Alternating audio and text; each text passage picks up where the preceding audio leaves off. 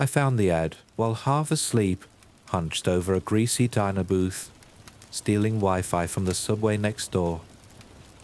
I've been scrolling through Craigslist for hours, past the usual flood of make $500 a day from home scams, and I need a strong man to lift my mattress posts. That night, my bank account was sitting at $32.11. Rent was due in 4 days. The ad was buried between someone offering tarot readings and another listing that just said, free dirt. Caretaker needed, 72 hours only, no experience necessary, $5,000 flat. No fluff, just that single line followed by, patient must not fall asleep under any circumstances, all equipment provided. Do not contact us after the job ends. I read it 3 times. I even closed the tab and reopened it, expecting it to vanish or change into something ordinary. But it stayed exactly the same. There was an email address, nothing more. I clicked reply and sent a message with one line. I'm interested. The man told me to meet him at a small cafe off a quiet corner of town. It was one of those places with mismatched mugs, hand-painted tables, and coffee that tasted burnt no matter what blend you ordered. He sat at the far end, near the window, a black notebook in front of him, and a cup of tea that had already gone cold. He stood up when I approached and shook my hand. He introduced himself as Raymond. He wore a dark, well-fitted suit with a cufflink shaped like a spiral. I couldn't tell if it was a symbol or just a rich person flourish. You came quickly, he said, motioning for me to sit. I asked who I'd be caring for. He hesitated before answering. My mother, Marjorie. She's very ill. He stared at me for a long time after saying the name, then continued. She has an unusual condition. Nothing contagious, I assure you, but it's neurological. You won't have to feed her, bathe her, or administer medicine. Just keep her awake. Engage her. Talk, play music, whatever it takes. The moment she falls asleep, it could worsen. I nodded, and he exhaled. She was a brilliant woman, he added. Taught literature, used to run a little bookshop downtown before it burned down. She's not herself anymore. She has these spells, fugues, hallucinations, night terrors. They come for her in her sleep. He slid a heavy manila envelope across the table. Inside was a thick binder titled Protocol, a black key fob, a prepaid Visa card, and a separate envelope with the address scribbled in sharp handwriting. He also included a list of items that had already been delivered to the property. Blackout curtains, noise machines, stimulant supplements, and a medical-grade LED therapy light. I asked why he couldn't be there himself. Raymond looked out the window for a few moments before speaking. She didn't want me to be the one. Said it will be too hard on me. I've watched her suffer for years. I agreed to honor that. He turned back toward me. 3 days. You'll stay in the house the entire time. No visitors, no calls. She has sensitive reactions to outside stimuli. Everything you need is in the binder. Follow it exactly. He slid a phone across the table, cheap and prepaid, with one contact saved. Only use this if things go completely wrong, he said. Otherwise, you won't hear from me again. After the conversation, I had my doubts, but Raymond had already given me a debit card and a phone, so I didn't have much to lose. My first destination was the local grocery store. I'd never even tried staying up 72 hours, so I was in dire need of some energy drinks. The house sat at the top of a steep hill on the edge of town, wedged between two long abandoned properties. I wouldn't have noticed it, if not for the number painted faintly on the mailbox in flaking gold. The path up was cracked, grass growing through every seam. A row of wind chimes hung silently from the porch, though there wasn't a breeze in sight. Inside, everything was quieter than I'd anticipated. No birdsong through the windows. I noticed that every clock in the house had stopped. One at 12:03, one at 3:15, another at 4:24. The windows had thick boarded nails over them from the inside, sealed tight. Light came from tall standing lamps in every room, all of them humming faintly. Marjorie sat in a faded recliner in the living room, beneath a painting of a forest that had no path through it. Her body looked smaller than it should have been, curled in on itself, skin like parchment, pulled tight over brittle bone.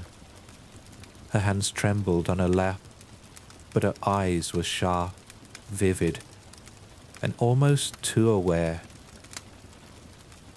She didn't speak at first, just watched me cross the room, the way you might watch someone approach your hospital bed with a needle in hand.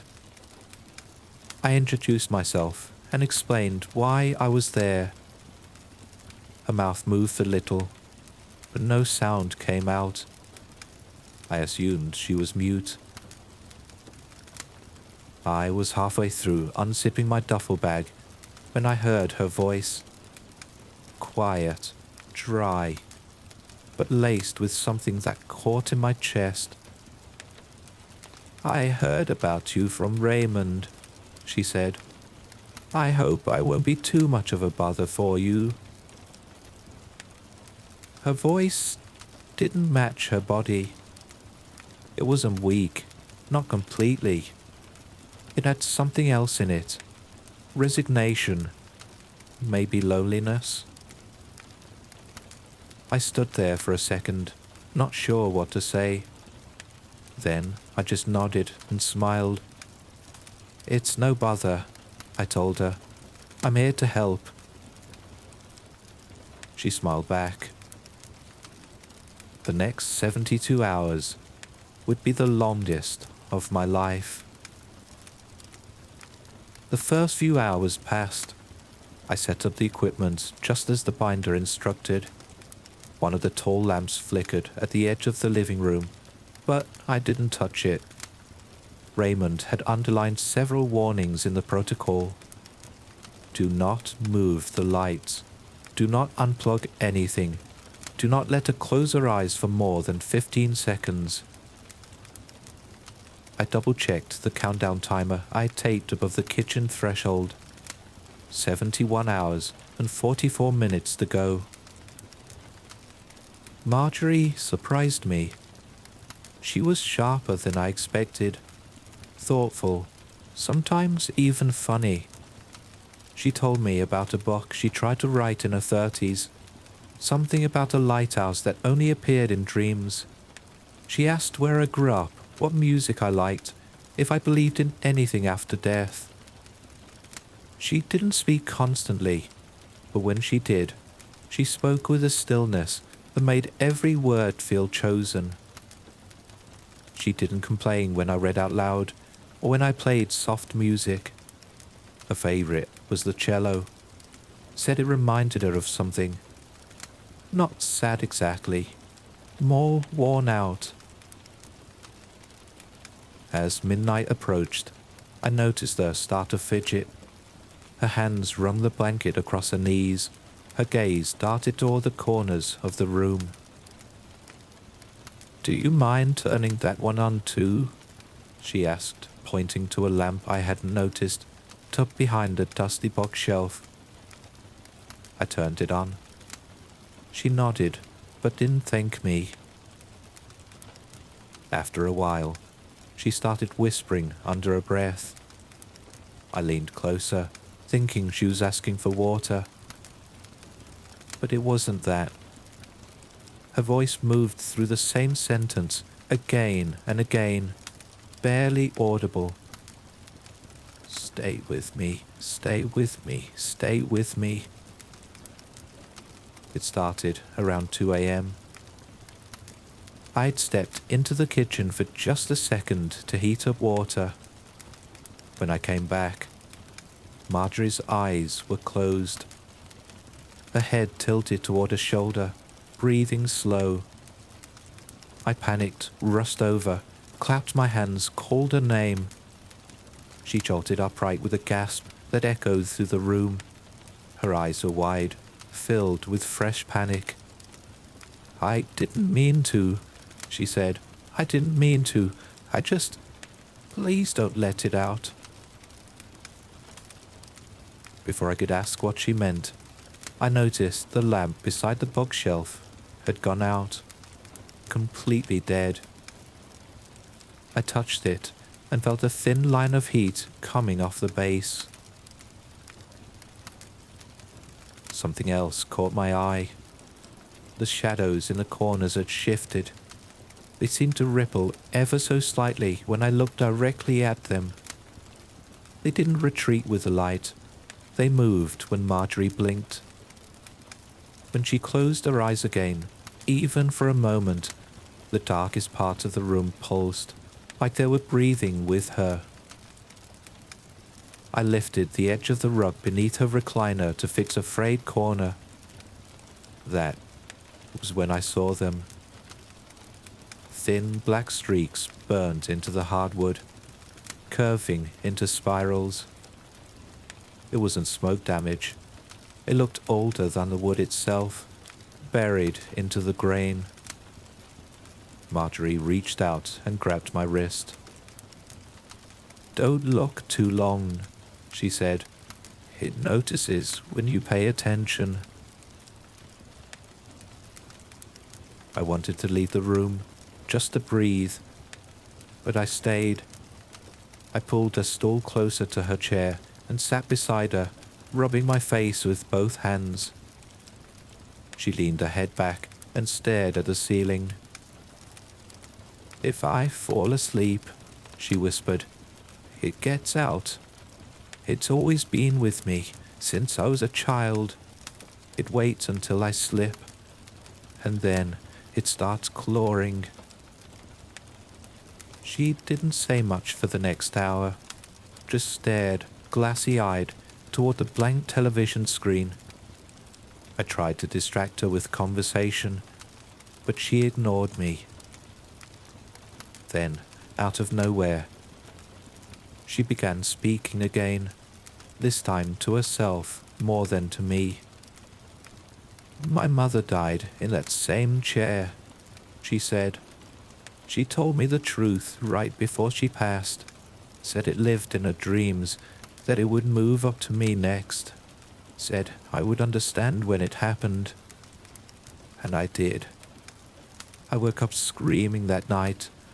I couldn't even remember what I dreamed, but it was there, in my head, at the foot of my bed, in the seams of the walls." Her voice wavered, but she kept talking. "I never had children. I never wanted to pass this thing on.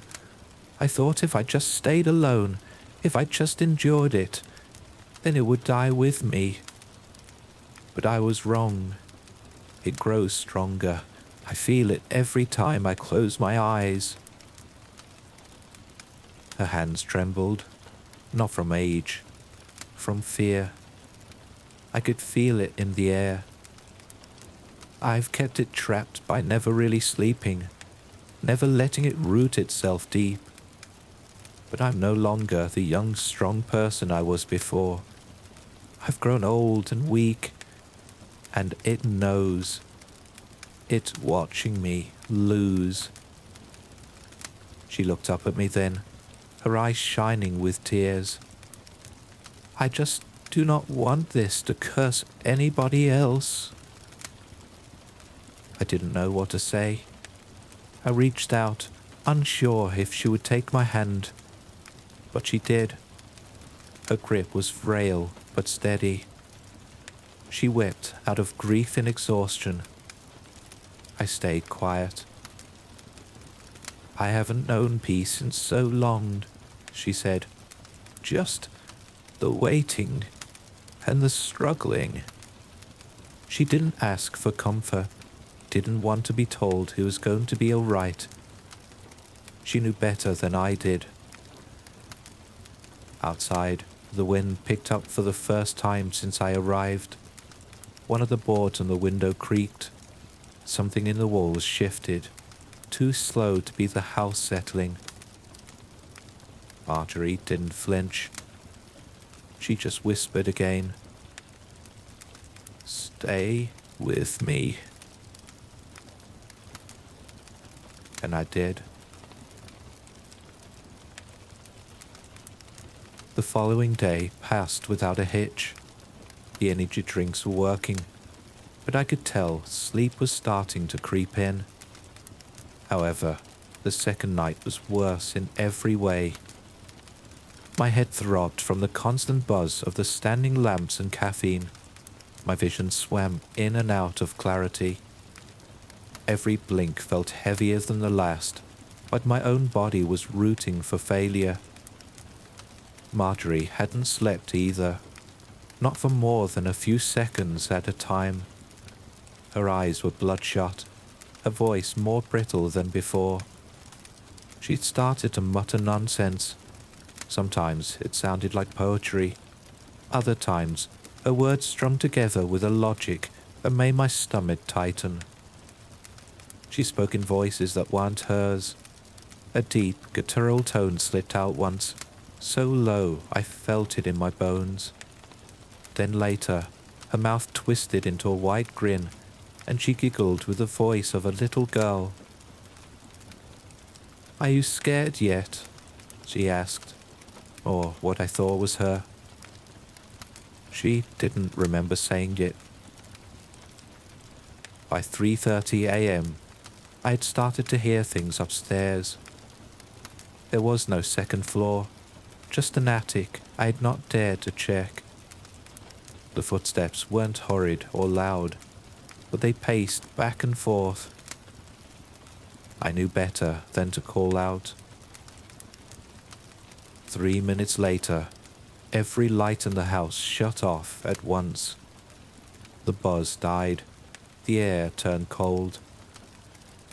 I didn't move. Couldn't.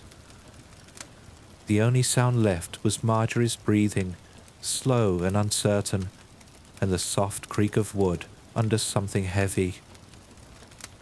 She looked at me through the darkness. Her face glowed faintly in the absence of light, not from any lamp or candle. Her eyes had taken on a sheen, faintly reflective, barely visible, like something was seeing through her. Marjorie closed her eyes for a single moment, and before I could think to wake her up, something caught my attention.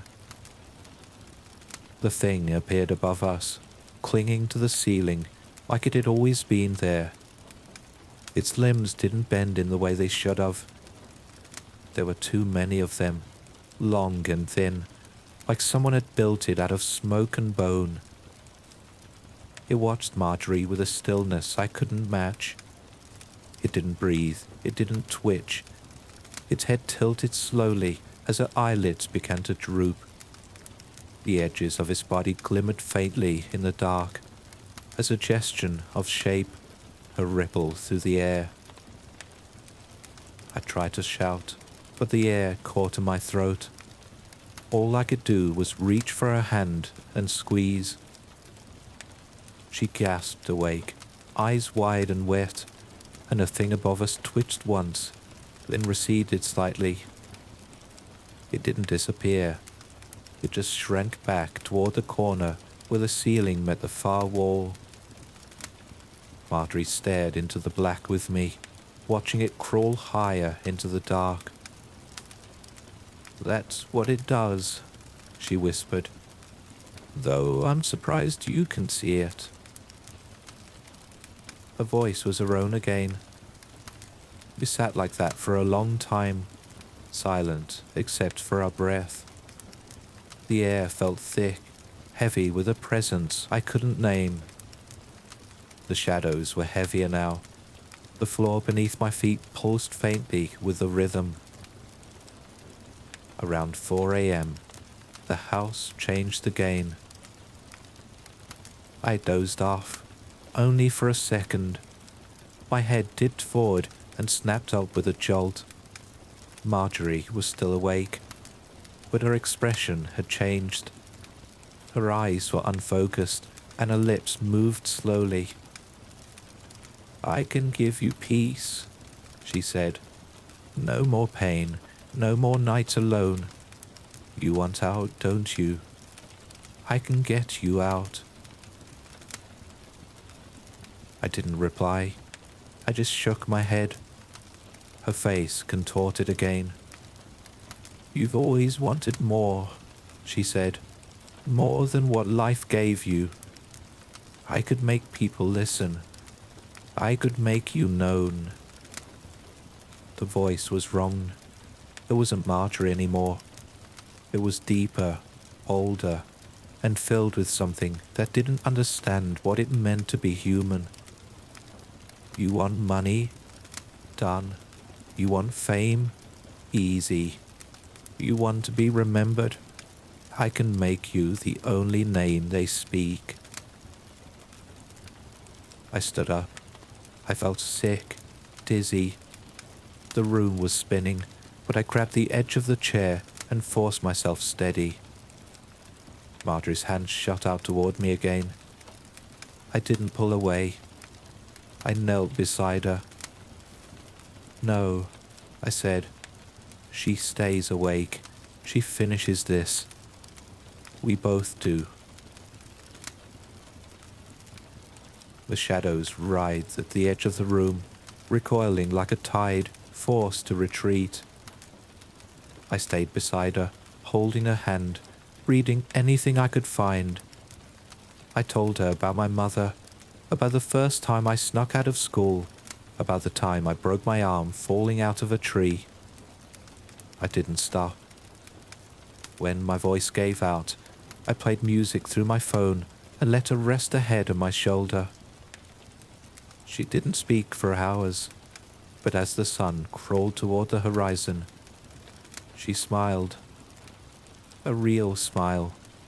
A tired one, but real. "No one's ever helped me carry it before," she said. That smile broke me more than anything else in that house, because I knew how rare it had to be. She closed her eyes for a second. I nudged her gently. She stirred. Still with me. For now. On the last day, Marjorie's body had started to give up. There was no other way to describe it. Her words slurred and dragged. Half her sentences faded out before they ended. Her hands clenched and unclenched the blanket draped over her legs, each movement slower than the last. She coughed hard enough to double over, and when she wiped her mouth, a thick streak of black fluid clung to the back of her hand. It smelled like iron and burnt oil. I moved to help her sit upright again, but her eyes caught mine with a quiet, trembling urgency. "In the drawer," she said, barely more than a breath. "Hallway table, right side, bottom." I did what she said. My legs were trembling under me as I crossed to the hallway. The shadows shifted again when I moved. They didn't follow me, but they watched. I could feel it behind my ears, the quiet judgment of something waiting for the final piece to fall. The drawer stuck a little, swollen from age. I yanked it harder, and it came loose. Inside was a dusty leather photo album, cracked down the spine. I carried it back to her and sat on the floor beside her chair. We opened it together. The pictures were faded but intact. Black and white shots of a young woman in a flowered dress standing near a broken fence. Marjorie. Her eyes were brighter then, her mouth soft at the edges. She stood with a woman I assumed to be a mother, tall and stiff, a distant look etched permanently across her face. The two of them stood apart in every photo, never touching, the mother always near the shadows. There were no children in any of the images, no friends, no wedding dress, just the same woman aging slowly across decades, always alone. She pointed to one photo with a shaking finger. It showed her sitting on the floor in front of a boarded-up window. There was a shape behind her, just barely visible through the gap in the slats. Long fingers stretched vertically, holding on from the outside. No face, no body, just the idea of someone watching. "It showed up right after this was taken," she whispered. "I tore the film up that night, buried the negatives, but it didn't matter." I stared at the photo and felt my jaw tighten. My voice cracked when I spoke. "How did you live like this for so long?" She smiled with her eyes closed. "I didn't live. I waited. I've almost made it to the end. I'm almost..." Her voice faltered again. Her jaw trembled. A wet sound gurgled deep in her throat. She tilted her head back and drew in a sharp, rattling breath. The countdown in the kitchen timer hit 59 minutes, 12 seconds. "I think it's time," she said. "I feel it in my ribs." I knelt beside her, my hands wrapped round hers, cold and papery. "Thank you," she whispered. "I can feel it coming." Her head leaned back, and her eyes fluttered shut. For the last time. The house went still. Not just quiet, but completely still. The air stopped moving, the walls no longer creaked. Even the wind outside held its breath. I reached for my phone, hands shaking, and dialed 911. I gave the address, said there had been a death, tried to explain but couldn't find the words. They asked if I was alone. That was when a body cracked. It started with a small pop at the base of her neck, then her spine shifted. Her shoulder blades rolled unnaturally forward. Her wrists twisted sideways and bent backward. Her jaw fell open, too far, her head lolling as if disconnected from the rest of her. I dropped the phone. The operator kept talking. I heard her asking me to respond, but I couldn't. I was frozen. Then, Marjorie moved. She rose slowly, joints snapping as her limbs unfolded the wrong way. She dropped to all fours and stayed there for a moment, her breath low and rattling. Her face curled into something that looked like a smile, but had no warmth. She lodged forward. I barely rolled out of the way in time. I hit the floor hard and scrambled to my feet. She moved faster than I thought possible. limbs jerking as if pulled by strings. Her nails clawed across the hardwood, tearing through the rug and into the boards beneath.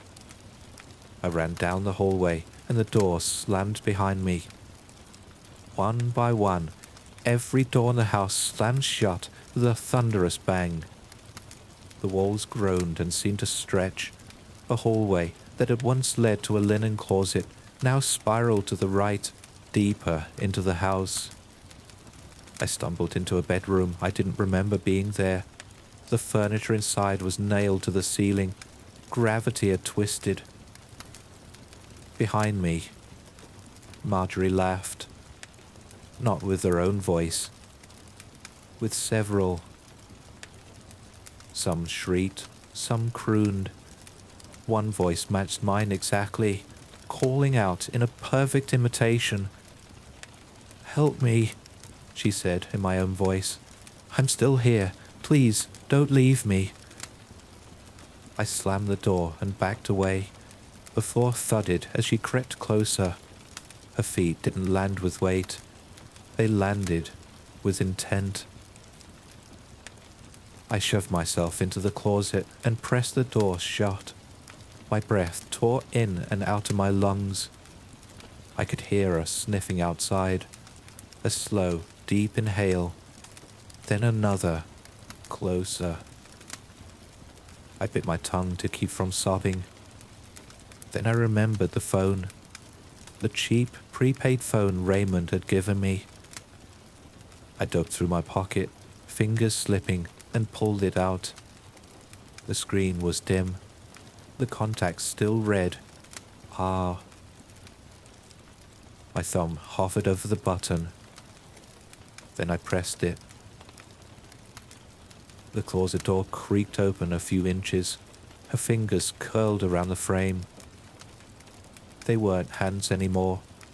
The bones had shifted under the skin, forming long, hooked points that scraped softly across the wood. I couldn't breathe. I pressed my back to the far corner of the closet, phone still clutched in my hand. The line went silent. No voice, no answer. Then the sound of breaking glass filled the house. A window shattered from inside the room. Not splintered or cracked, completely obliterated. Wood crunched. A gust of air swept through the walls and pulled the shadows backward. Heavy footsteps echoed across the floor, not the skittering limbs of whatever Marjorie had become. I shoved the closet door open and stumbled out. Raymond stood in the middle of the hallway, shoulders squared, dressed in the same dark suits from the cafe. There wasn't a scratch on him. His eyes were locked onto the thing wearing Marjorie's body as it came bounding through the hallway ceiling, limbs bending around the corners. He raised the weapon that I had no words for. It didn't look forged or manufactured. It looked grown, smooth and bone white, with grooves that shifted and rotated along the barrel. Each ring pulsed as if alive. He fired once. The sound it made didn't belong to this world. It was soft at first, like someone dragging stone across wet cloth. Then it expanded into a shriek, deeper than sound, something that made my ears ache and my eyes blur. The creature twisted in midair. Marjorie's body convulsed and peeled backward, limbs retracting, face collapsing into itself. The thing inside her screamed as it pulled away from her skin, unraveling in ribbons of smoke and bone. It dissolved into thick black mist that clung to the ceiling before vanishing into the boards. Silence followed. Real silence, not the kind we had suffered through all night. This was absence. The room exhaled. I collapsed against the wall, my legs unable to hold me. Raymond approached calmly and knelt beside me. You did well, he said, his voice steady, almost tired. We needed her exhausted, fully exposed. You can't hide anymore. You weakened it. I stared at him, throat raw, body trembling. He opened his jacket and pulled out a sealed envelope, thick, heavy. He handed it to me. The full 5, as promised. No taxes. I didn't take it right away. My hand shook as I reached for it. My eyes drifted to the hallway behind him, where nothing remained of what had been Marjorie. Not even Ash. This wasn't just about mercy, Raymond said, standing. It was containment. He turned toward the broken window, already reaching into his pocket for something else. A small metallic object that blinked red once before going still. I pushed myself up. Who are you? I asked. He paused at the edge of the frame, silhouetted against the dark outside. He looked back over his shoulder, and for the first time, I thought I saw something behind his expression. You should get some sleep, he said.